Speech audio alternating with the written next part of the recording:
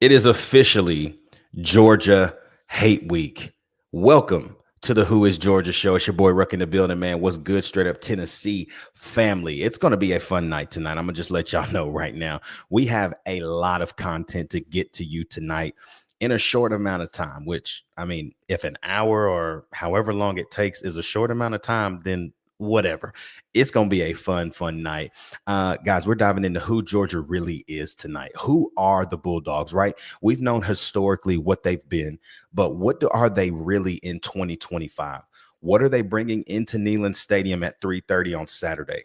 What are they hoping to do offensively? What are they going to do defensively? Because I'm telling you, Dylan has a great scout on them defensively because a lot of things don't change year to year.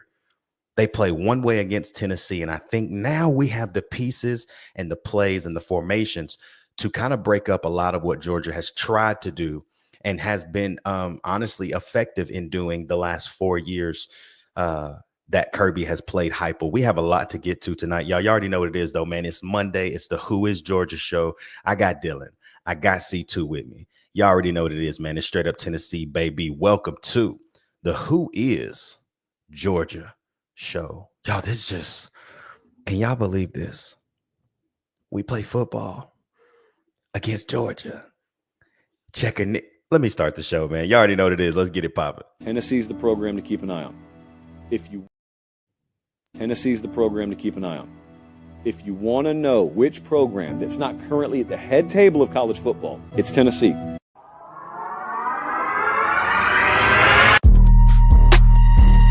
Now Meshack's got to go. A fire! Fire!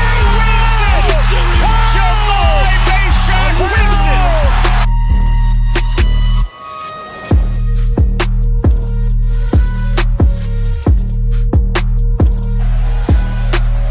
He needs a strike. Burton needs a bolt. Swing and a miss! And for the first time, Rocky Top reaches the mountaintop of college baseball.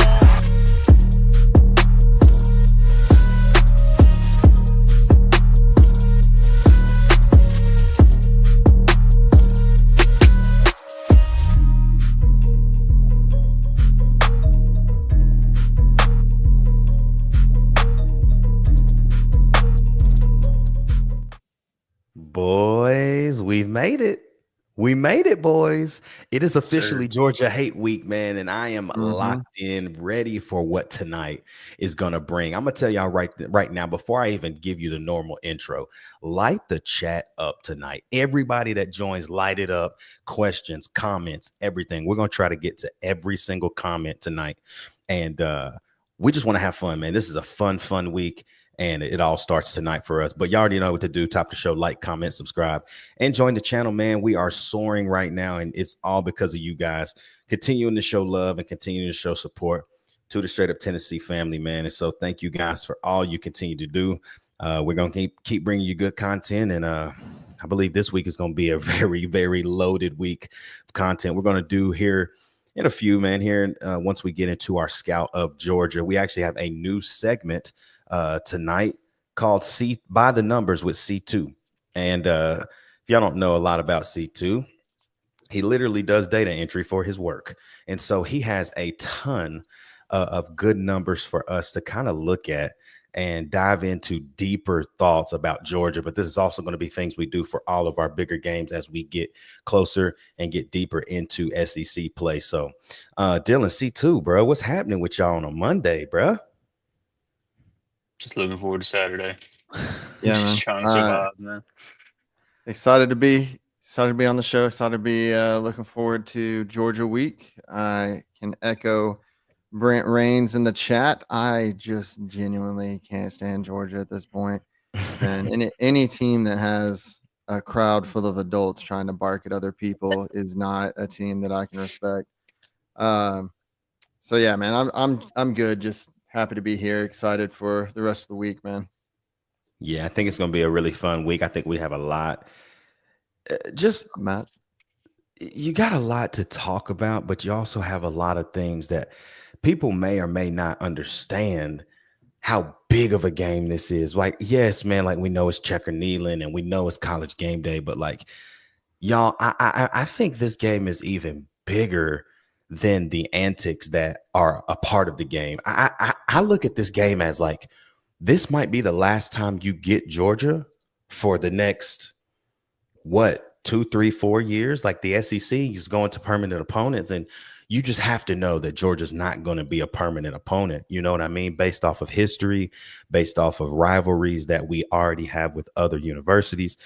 This is the last shot, and the longest streak in this entire series is Tennessee with 9. Yep. If Georgia wins, they will have 9 and they will tie the streak. We cannot let that happen. Can't No. happen at all. No. Let's see. Clout Man said living for Saturdays. Yeah, that's what we do at this point, right? Me and Dylan talked about this a couple weeks ago. We were like, look, we wait all year and you're going to get 12 of them. You're going to get 12 Saturdays to watch your favorite team play.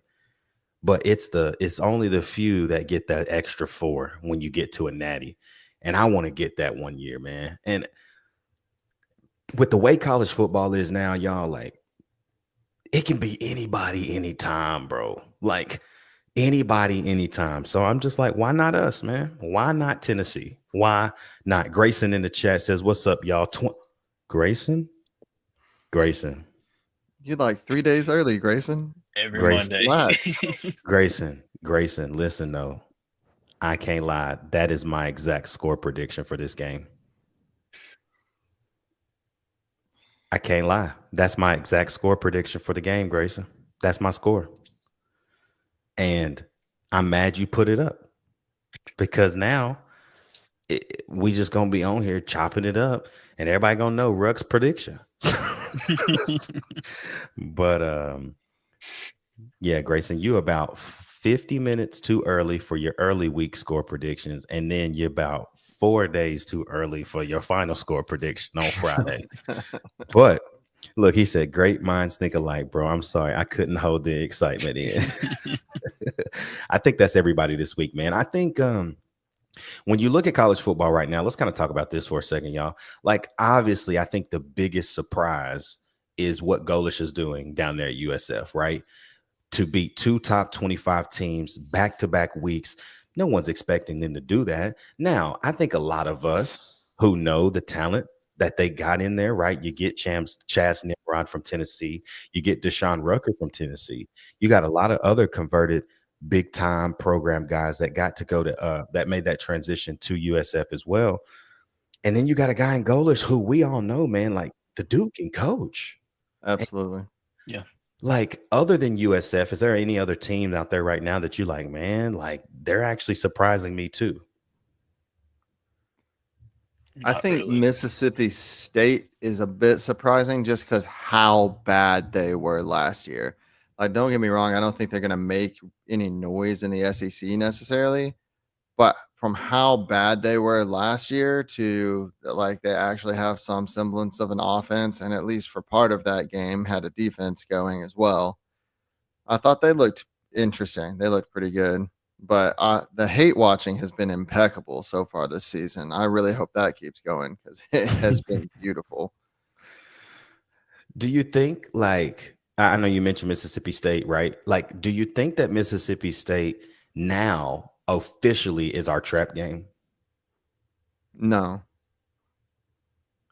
I think Arizona, I really don't think Arizona State is as good as they were. That's what I'm thinking. They were overranked for sure, but Yeah. even being overranked, if that was the same Mississippi State from last year, they should have just trounced them. Exactly. And I mean, the thing is, like, they got some guys. Brennan Thompson transferred in there. Blake Shapen's back. You know, last year he had a big injury that kept him out all year, right? So, and they were playing at home. You know, Arizona State ain't never seen an environment like that. You know what I mean? Like, so, and the thing is, they gave them the game, really. Like, Arizona State still should have won the football game, but how in the world you leave a deep post open with that much time left? Like, that is bizarre. Nobody in the middle of the field. Like, y'all know they got to throw it. What are y'all thinking? Like, I don't even know. But I mean, what about you, Dill? Who's your biggest surprise right now? Right now, outside of goalish, I mean, I can't really say anything because one team looks good on week 1, and week 2 they fall apart. And it's the same way that some teams look trash on week 2 and they look great on week 1. But I don't know, nothing's really standing out to me yet. But I feel like there will be a couple of sleeper teams that rise up here in the next couple of weeks. Here's what I'm gonna tell y'all right now. The most disappointing team, I think Kansas State might be this year's Florida State. Yeah, they're bad. That's not a good football team, bro. I don't know what happened. Too much talent, and they're bad. Yeah, And so real bad. it is what it is. It ain't the Vols. You hear what I'm saying? So I am looking ahead, right? Let's talk a little bit about Saturday before we kind of dive into our scout. You know, there's a lot of keys, and we'll get to keys to victory on Wednesday, or no, on Friday, sorry. And then we'll get to all of the major keys to victory then. But there are a lot of small things, boys, that Tennessee can control in this game that I think we couldn't do the last few years, really the last 2 years. I think in 2022, Georgia was just that much better than everybody, right? I think when we played them, I think it was game 9 of the year. Like they're already seasoned, primed. We just became the number 1 team in the country in the college football playoff rankings when we went down there. They felt slated and jaded, and that score wasn't as close as what the game was, right?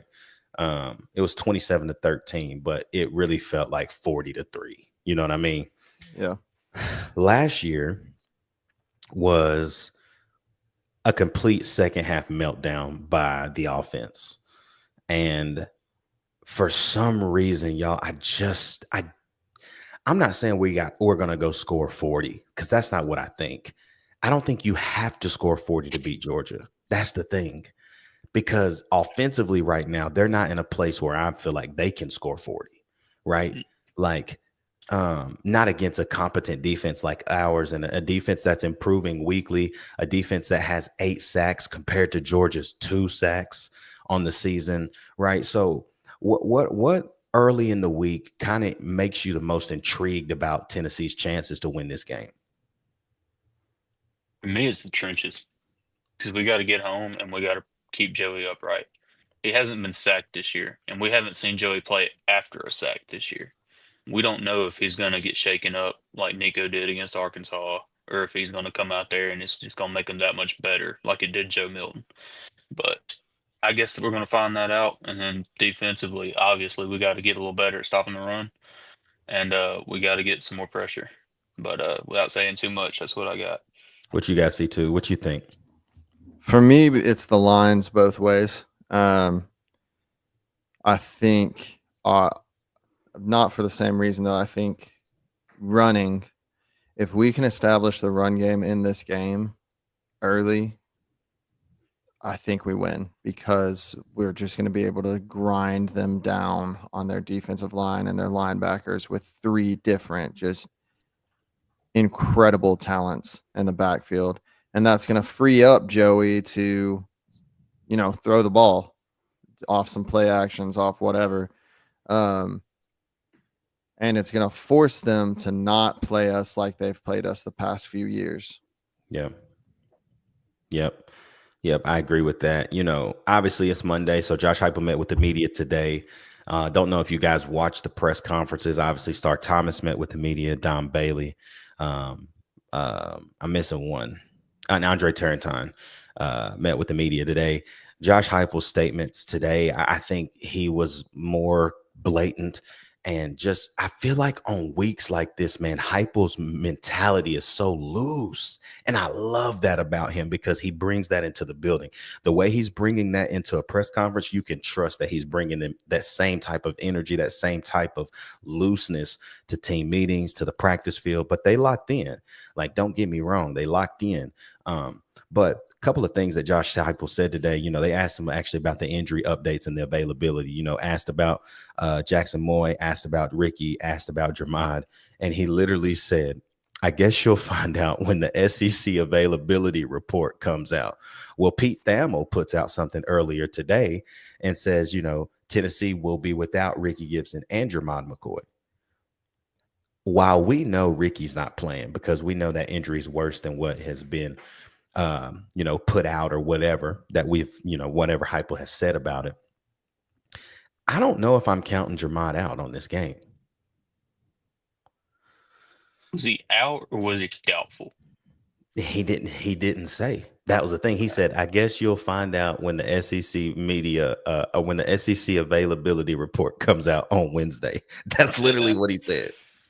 Last I heard, Jermod was getting postponed a little bit, but that could be a smokescreen too, and he could be rolling out there with the ones on Saturday. But I feel like even if he doesn't go, I'm pretty confident because of the lack of accuracy from the quarterback across from us. But also I feel like at this point we can baptize Ty Redmond by fire. Just go out there and see if he goes. Let him Because run. he's done it 2 weeks straight. 2 Let's weeks see if straight. he's got one more in him. Yeah. I think, the biggest question mark for guys that should be available is, does Jackson Moy play and does David Sanders play? What do you guys think? If Dave Sanders is ready to play, are you starting him? No, I'm not. Jesse Perry's been doing too good. I'm letting him roll at right tackle, and if there comes a point where Jesse's getting winded, then maybe I'll slide David out there and see what he can do. But he's just missed too much time at this point. That offensive line, even though it's makeshift, they've gelled too much for them to be separated and distanced by now. That's exactly why I've been on the fence about that. Is if he rolls out there, you're taking a line that's now played together for 2 games and making it a new line, which was the line that it was supposed to be, but they've not had any actual game time together. And we all know practice time is different than game time when it comes to building chemistry. How much does it change, though, if you put Dave in it, right, which he had been practicing there from the entire offseason, right, like building continuity, building camaraderie with those guys, and you get Jesse back in what may be his natural position over there at left guard, and now Sham's kind of back in his kind of whenever I need to go in role, right? Like, does that make you feel bad? Or like you know what I'm saying? Because I just don't see a world where if Dave's ready, that he doesn't start. I don't see them doing that. Yeah. If he's ready, roll him out there with UAB. I mean, it's just too much of a gamble this week to try and put a true freshman in there taking his very first snaps. 5-star or not, the trenches are the trenches. You can get swallowed up in there if you don't know what you're doing. But I don't know, man, because Sham's been doing his job, and I cannot overstate how good Jesse Perry has been on the right side, whether it's a guard or tackle. He's been our best lineman through 2 weeks. But and that's according to PFF as well. Yeah, I'm not risking taking him off the field and putting him in another position. If you do insert David Sanders, I think you do it later in the game after people have had time to calm down from what a big occasion it is. I don't think you roll him out there as a starter in the first quarter when everyone's still hyped up, because I think it's going to lead to mistakes from somebody. And we can't afford mistakes early in this game. We may be able to afford 1 or 2 late in the game. Maybe. We'll see where we're at. But if they're going to put him in, I wouldn't do it in the first quarter. Yeah, I think I'm somewhere in the middle, man, because I'm like, God, this dude didn't come here to sit. And we know that he can ball. We know that Dave is going to be great. But I think due to the circumstances of this game, due to the circumstances in how well the offensive line has been playing, I kind of lean towards Dylan a little bit, and the fact of that, I think Dave is going to be what Jesse Perry was going to be when Dave was healthy, meaning Jesse gets tired, Dave goes in for, 5-6 plays, and then they just kind of rotate, because I think he needs to get his feet wet in a game like this. But I understand what you're saying too, C2, as far as but not starting him in a game like this based off of him not being available the last 2 weeks. Going to the chat right here, Matt in the chat says, I think we need to win time of possession to win. Can't let them wear our defense down. What y'all think about that? Yeah. I mean, 2 of the last 3 games, we saw that Syracuse and Ohio State, they get these long drives together and we get winded and eventually we break. So I don't know if that's just a conditioning thing or if that's too much time on the field or what, but we cannot afford to be on the field for too long this game. Yep. I'm not going to go so far as to say we need to win the time of possession, but it can't be like where we lose it by like 10 minutes like we've done in the past. It's got to be somewhere where we're within that time frame is kind of where I'm comfortable with it, because we can score really quick. So I'm not necessarily going to say we have to like have the most possession, because I don't want us to try and play outside of our element, and that messes up. Right. Grayson said Neyland is going to be rocking, man, no doubt. Clout in the chat says Gunnar Stockton's first official road start. Neyland has to bring the heat. Well, that's the one thing you ain't got to worry about, man. Like the heat will, like it. Do y'all remember? Hold on. Do y'all remember this? Jalen, walk me through the very beginning, the struggles right out of the gate and overcoming those. Yeah, for sure. You know, that we do got to acknowledge that was a great crowd that we just played in front of, one of the greatest crowds in the country. And so, you know, we have to, you know, that's on us to control our controllables, understand our. One of the greatest crowds in the country. Yeah, the greatest crowd in the country, not one of. Going here, Lil Clout says Dave shouldn't start, but should definitely get reps in a game of this magnitude. That's where I'm at. Like, I think he has to play. He has to play. But how much is the question? Brent Rains, that's a tricky balance because our offense has a rhythm to it when it is working. Yep, that's real too. That's real too. It's hard. It's hard to say, but I do think they rotate a lot on that offensive line, so it makes it a little easier to plug and play, especially in rhythm in a drive. Because sometimes you do have subs, you sub receivers, and they'll sub an offensive lineman sometimes in those same sub packages, and so it does make it helpful when we need it. Clout says to win this game, the run game has to be on point, opening up opportunities for the pass. I'm gonna say this, y'all. Georgia's, and Dylan, I'm not getting into your scout right now, but Georgia's gonna play a ton of man against us. Okay, like they're gonna play a lot of man to man, and sometimes it's gonna be up at the line, and other times they're gonna play 12 yards off the ball. And what we haven't been able to do is hit consistent comebacks, consistent slants. But what Joey has proven is that he can do that, and so I also trust Josh Heupel. So I just think I ain't gonna say it. Anyways, let's go. Clout says front seven got to control the line of scrimmage as well. That's real too. So, boys, let's dive into some scout, man. Let's dive into who Georgia is, and I'm gonna go first. I have our personnel scout for this game specifically. Dylan has more of our scheme scout.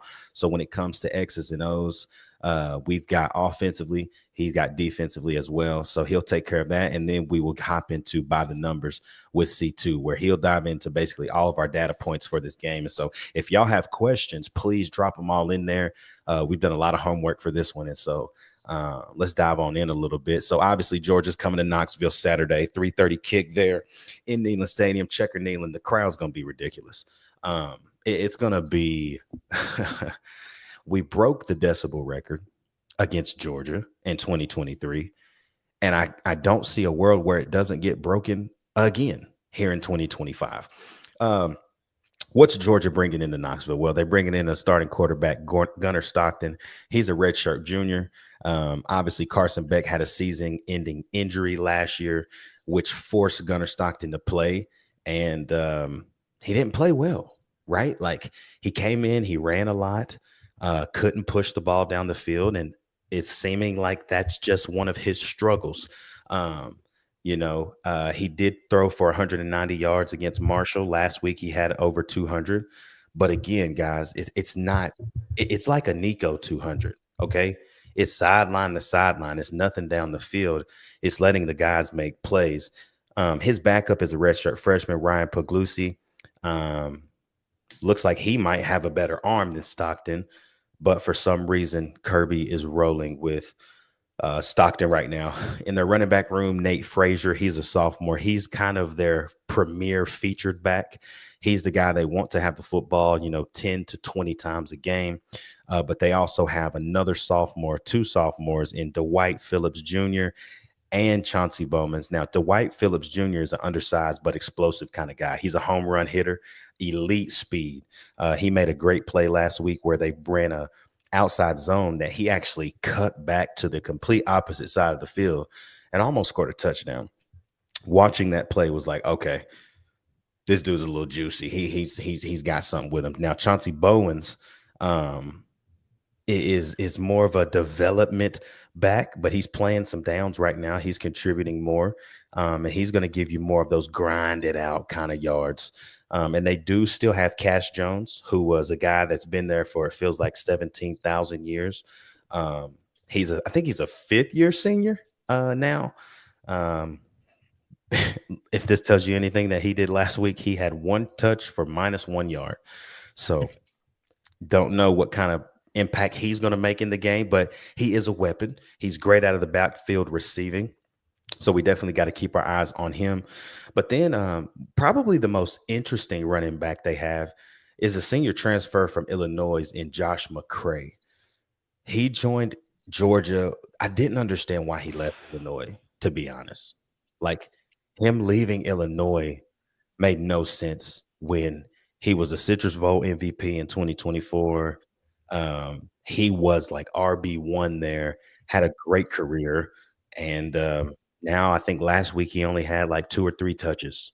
So it doesn't make a ton of sense on what he did. But the wide receiver room is good, guys. It's good. But guess what? They're not making big plays. Kobe Young is a guy who got in trouble down there, but Kirby believes in him enough, kept him on the team. Big body receiver, reliable, great hands. Not necessarily north-south fast, but like I said, big body, can throw it up to him. He can go make a play. Noah Thomas is a transfer from Texas A&M, another big physical receiver. He's 6'6" and can just run. He can run. So he's a guy we definitely need to keep our eyes on. But the premier receiver for them is Zach Branch, a transfer from USC. If I had to put into terms just with one word who he is, explosive. Catches the ball, he can make anything happen. And he's an All-American. He's a playmaker down the field. And he's a special talent.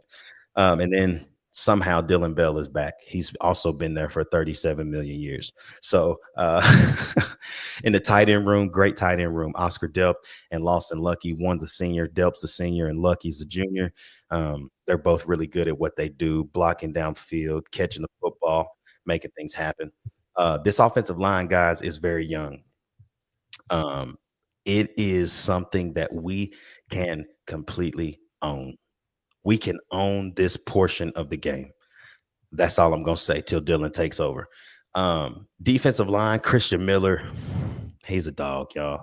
I'm just got to give it to you. Great interior defensive line. He's a true defensive lineman as far as when it comes to the inside. He can play nose. He can slide over and play gaps. He's just one of those guys that can make it happen. Jordan Hall is their nose tackle.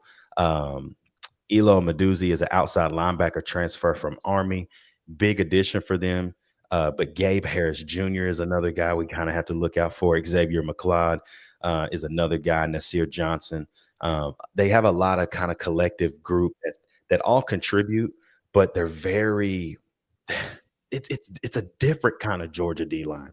There's no Jordan Davises. There's no Jalen Carters. You know what I'm saying? Like, it's different. And so while they're still good, they're not getting to the quarterback as efficient as they have been in the past. And you'll hear more about that from Dylan. CJ Allen, linebackers. CJ Allen is a weird prospect to me because he's such a reliable kind of guy when it comes to run fits. But if you want to throw the football, I'm throwing it at him. I'm throwing it right at him because he's lost in the sauce when it comes to throwing the football downfield, especially from that middle third to 10 to 15, 10 to 20 yards. Another guy, Raylan Wilson, going to be a great guy, but how good is he right now, right? So I think Georgia's where they are primed to be good this year is in the back end. Dalen Everett feels like he's also been there for a long time. But Daniel Harris Jr., they're locked in there at corner. Also have Jones and Robinson backing them up.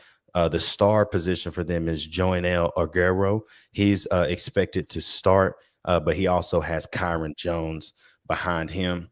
Their safeties, Ja'Cory Thomas and the sophomore KJ Bolden. He's a dog. KJ Bolden can play football.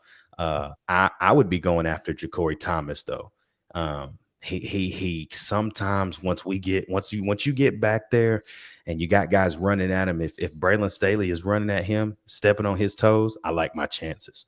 But past that, y'all, I think this is a good team. It's Georgia. They are a good team. But are they a great team? That's how I'm going to leave that. I'm going to get this chat up real quick before we dive in. Zach TN says, I'm late, but our tempo on offense will play a huge part in our success. 15 of 15 in the red zone is awesome. Yeah, when that was your problem a year ago, and now it's what we're scoring points. It don't matter if it's 3 or 6, we're scoring points. And I love that. Matt, man, I hate Georgia. My man, Tennessee Roads. Yeah, Tennessee Roads. That's how you say it. Says go Big Orange. And Lil Clout says fugga. Of course, we don't like those guys. Clout also says right here, front seven has to control the line of scrimmage. Yeah, that's what we're all kind of saying on there. But Deal, go ahead. Let's take over, man. Let's dive in a little bit to the offensive scheme, what Georgia likes to do, what they hope to do. And then let's move into the defense. All right. So they come out it's like a pro spread is what they call it. It's a pro style and a spread hybrid. But going into the run game, they emphasize inside and outside zone. That's their bread and butter. They live by it and they die by it. They use power and counter, especially with pulling guards and tight ends. They love to move the line around. I saw a play against Austin Peay last week. The entire line shifted, and it was, you could fit a F-250 through the hole that they made. But they are very good in run blocks. They also use RPOs to leverage Stockton's mobility. He does not like to throw it. This is an option through and through. Don't even worry about covering your man.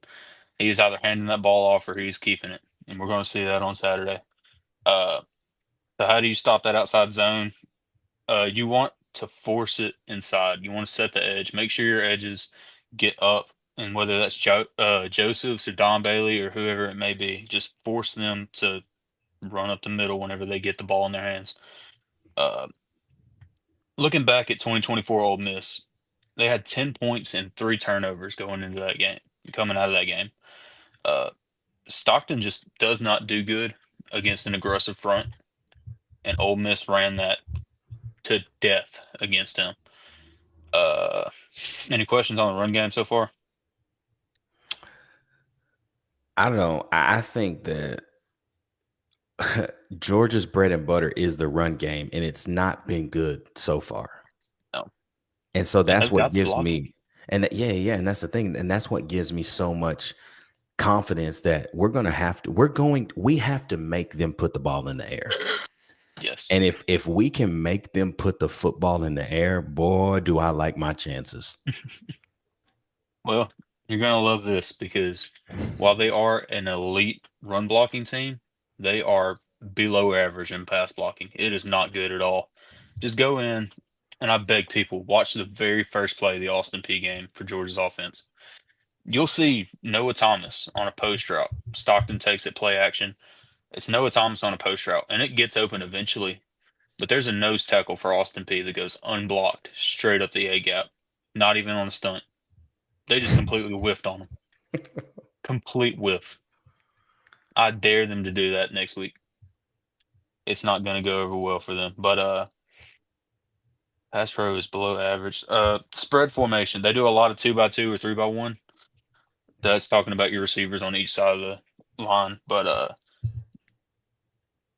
ISO, yeah, so they want to isolate receivers like Zach Branch. He's got 4.3 speed, 18.7 yards per carry this year. And you just went into Colby Young and Noah Thomas, big body physical receivers. They want to use the play action. They use play action a ton. They feast off of it, and they want to target your seams and deep overs. Slants and hitches they want to use those to maximize yards after carry, and tight ends are the biggest mismatches that they have. That's going to be their bread and butter. They didn't get any passes last week, but I'm definitely expecting them to get some this week. But here's how you can stop that. You can disguise your pressure. Go 6 and only rush 4. Get Arian Carter up on the line, get Boo on the line, and don't rush him. Just drop him back into coverage. Confuse Stockton. That's one of my biggest things. Use stunts, use delays, and simulate pressure. Make him worried. If you can freak him out beforehand, that's going to go a long way in the first quarter of this game. But you want to disrupt their balance first. You got to stop the run. If you can stop the run and make them one-dimensional, this team is going to fall apart. You get early pressure, and you get stops on third down, and we're going to be golden on defense. I love it. I feel like they are primed. We are primed to make some noise. And it's because I just do not trust Stockton. He doesn't trust himself right now. And it gives me every good feeling in the world to just say, like, if we, like you said, Dylan, great point, stop the run and let's force them to put the ball in the air, bro. If they put the ball in the air, I like my chances. I'm telling you, I like my chances. C2, man, let's move into the new segment of the Who Is show that we do on Monday. This is now called By the Numbers with C2. Oh, you want defense? Oh, yeah. Actually, I'm sorry. I'm trying to rush on. Give me some defense, bro. All right, defense. I broke this down into their coverage types because we ought to be able to run the ball regardless of whatever they throw out there on defense. But it's the dreaded 3-3-5, right? The one that was built to stop Josh Heupel's offense, the one that we can't stop, even though we stopped Oklahoma and NC State while they were running the 3-3-5 type. Anyway, they use a mint front and they use a tight front. So mint is more designed for pass rush from a jack position. Jack's basically your Leo, and then a tight front that usually comes out in dime. That's more of a coverage-based scheme. They run a ton of quarters, also known as cover 4, and they will not press you. They will not press you. They won't come anywhere between 5 yards of you. So don't even sweat that. Usually it's 2 corners and 2 safeties. You want to split them vertical. That's how you attack that. You say if you have in a 2-by-1 front, you say you got Mike Matthews and Braylon Staley on either side, let's say left of the line. And if you send Mike on a go route and he's your outside and Braylon's in the slot, if you send him on a post route, it's going to make that safety confused, and he's going to have to bite down on either one of the goes or one of the posts. So that's how you can test that middle third. Guys like KJ Bolden, or that's who you want to target at. And then they run a ton of cover 3 as well. You can beat that with flood concepts and going underneath. They want to force you to play underneath, especially when they're in cover 3. But I wrote down one of the best ways to beat that smash concept. And basically what that is say if you put Matthews on a corner route, it'll pull that deep safety off to the side. Staley on a hitch for about 5 to 7, and it'll make that star position or that jack position sit down on it. And then say you got Deshaun Bishop or Star Thomas, and you just put him out there on a swing route. The jack or the star is going to have to choose. And he's not going to get it right because you just got to throw it to the other guy no matter what. You can isolate that every day. But and then the last one's cover 1. They want to play man, and they will run a ton of blitzes out of this. But it's a single high safety just to help the corners out. And really, all you need to beat this is just to have better men than they do. You can beat them with double moves. You can beat them with speed.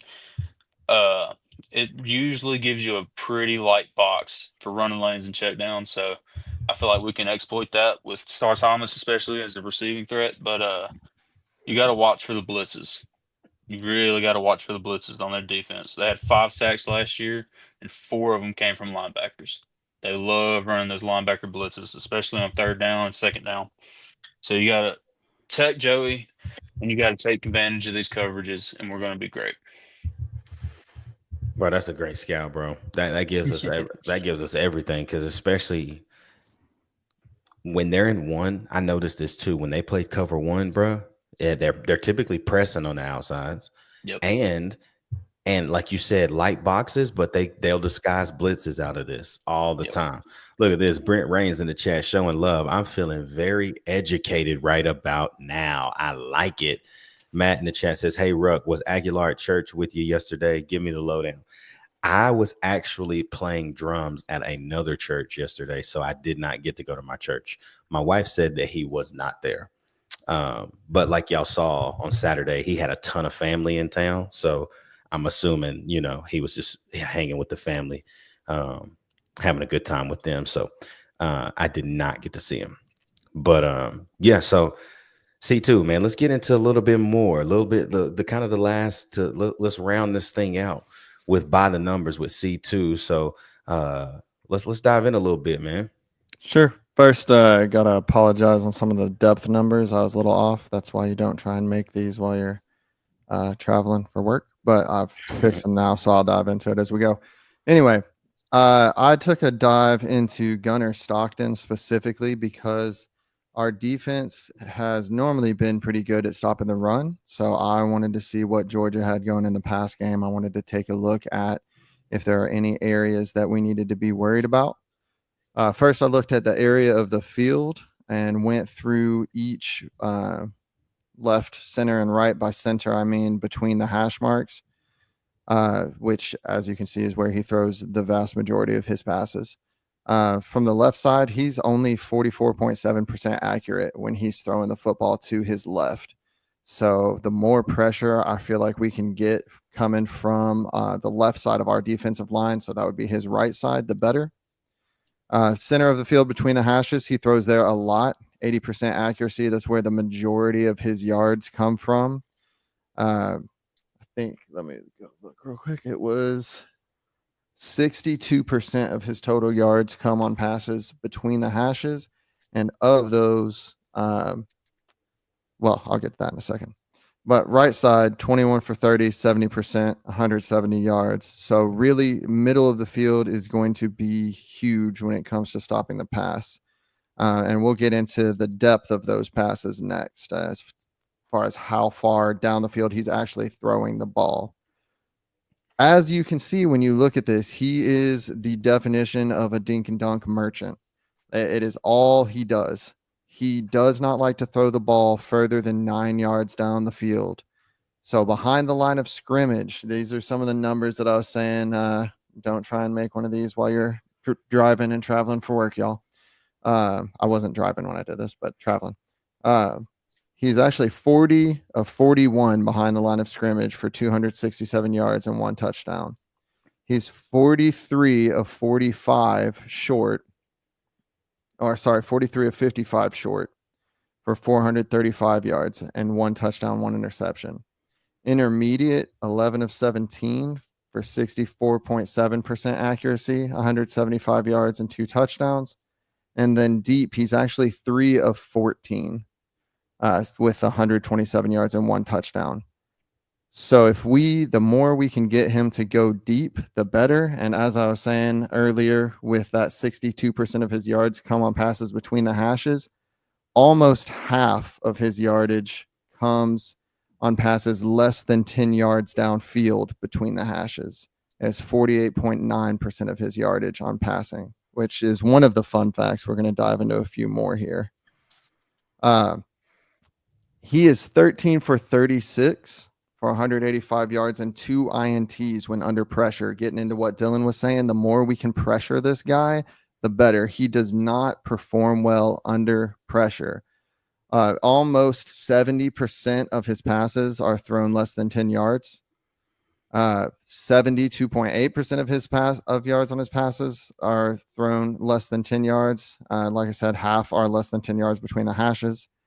And he's only got, it's actually lower than that after I reran with the correct numbers. It's 45.1% accuracy on all throws 10 yards or further downfield. So he completes less than half his passes thrown 10 yards or more in the air. Now, he can be a little bit of a run threat. It's not a huge issue like we've seen with other quarterbacks. He doesn't exactly like to do designed runs, but he can be dangerous on scrambles, so we need to watch out for that. And then of all of Georgia's pass yards this year, 76.8% of them are after the catch. So we got to tackle first time. Dude, And that that's is a bizarre. stupid stat, by the way. That is insane. That means that literally over half, 3/4 of their production are from receivers making a play. Yep.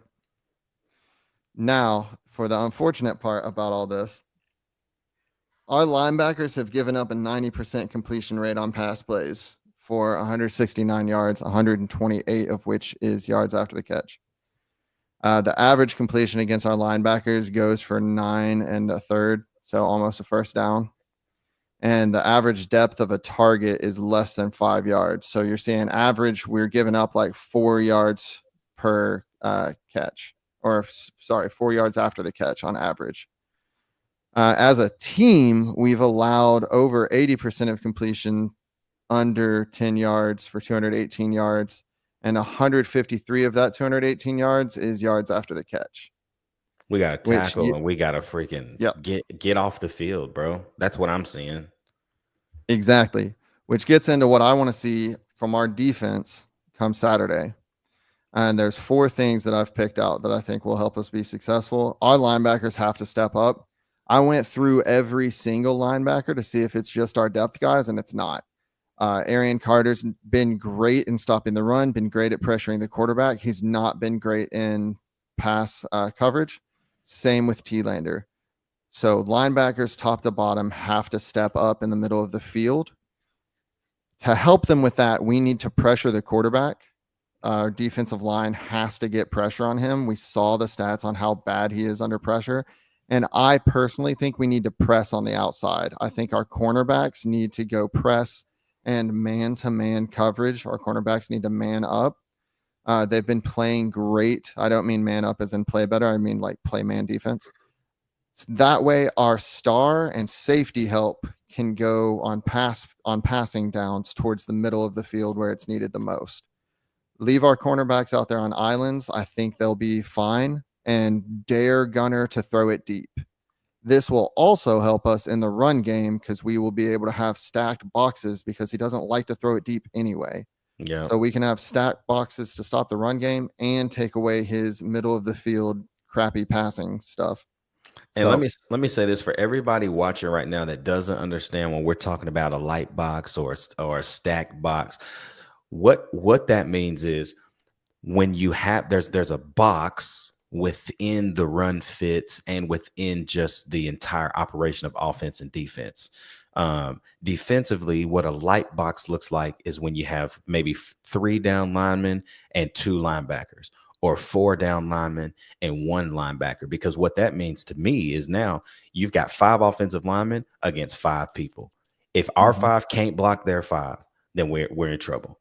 But what that means is that's why you see Tennessee check into a run if it is a light box, because if there's 5 in there, then we're going to probably run it. But if they can count 6 in the box, now we're like, okay, maybe the running back can be in pass pro. Now, if they bring 7 down in the box, we're definitely throwing the football, right? And so that's just, just something for people to know, like if you don't understand what we're talking about in that realm. But y'all in the chat, what y'all think? What y'all think about the new scouts, bro? We really out here like that. You hear what I'm saying? we're really out here. Oreo Puppy Dog says, crazy name, but what's good, Oreo?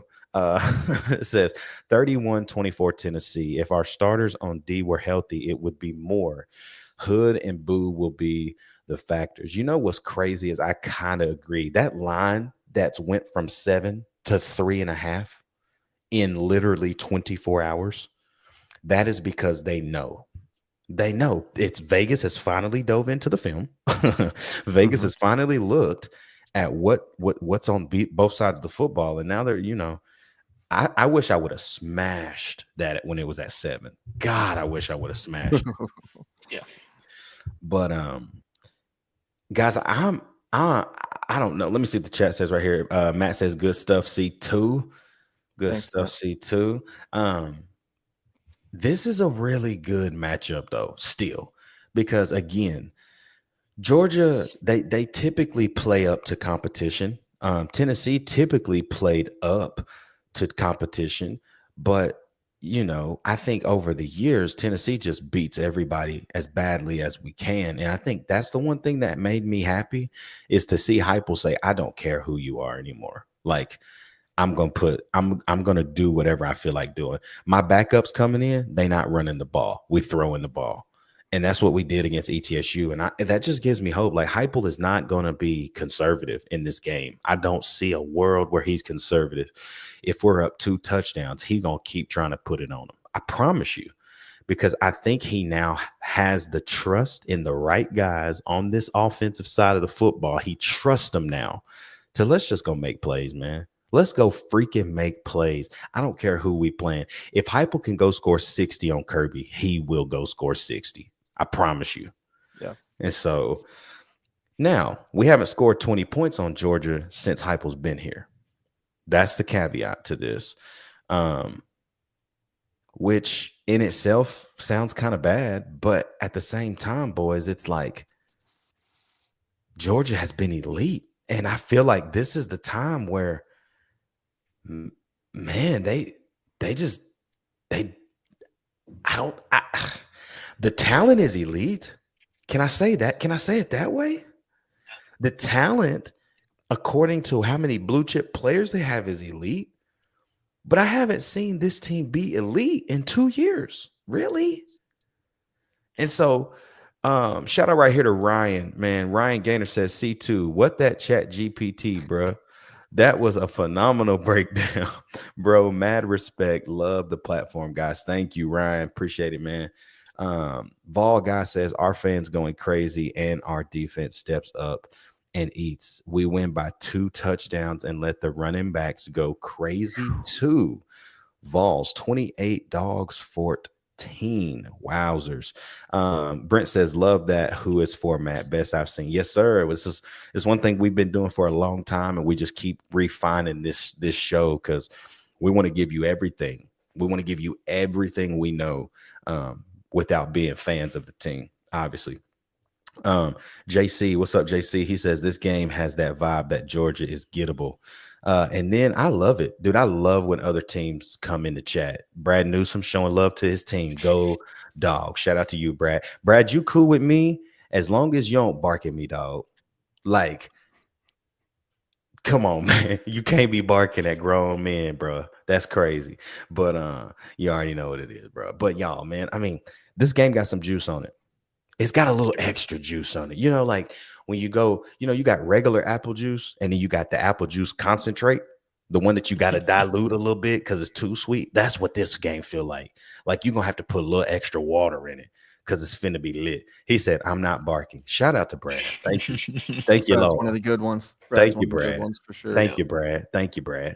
But this game got some juice on it, man. And you can't look at Georgia like, this is a game that Tennessee's just gonna win. I think you got to look at it as Georgia struggled these first few games, and they haven't been as explosive offensively as we've seen in the past. And this is the most gettable Georgia team. This is almost like that Bama team in 22. Can I say it like that? We knew facing them that they were gettable because their defense was not as good.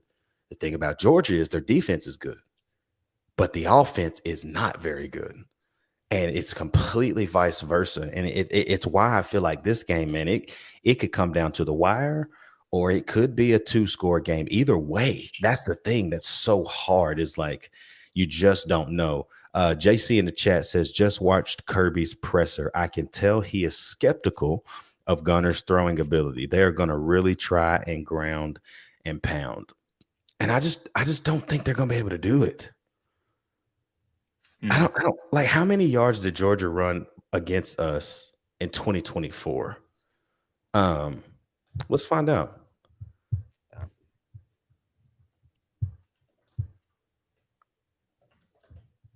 Let's find out. Last year, Georgia rushed for 106 yards on 31 attempts. Tennessee rushed for 146.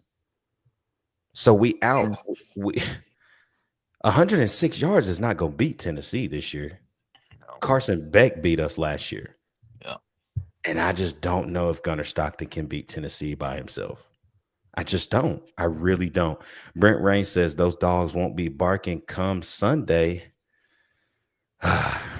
Y'all, everybody in the chat right now, we got 24 people watching.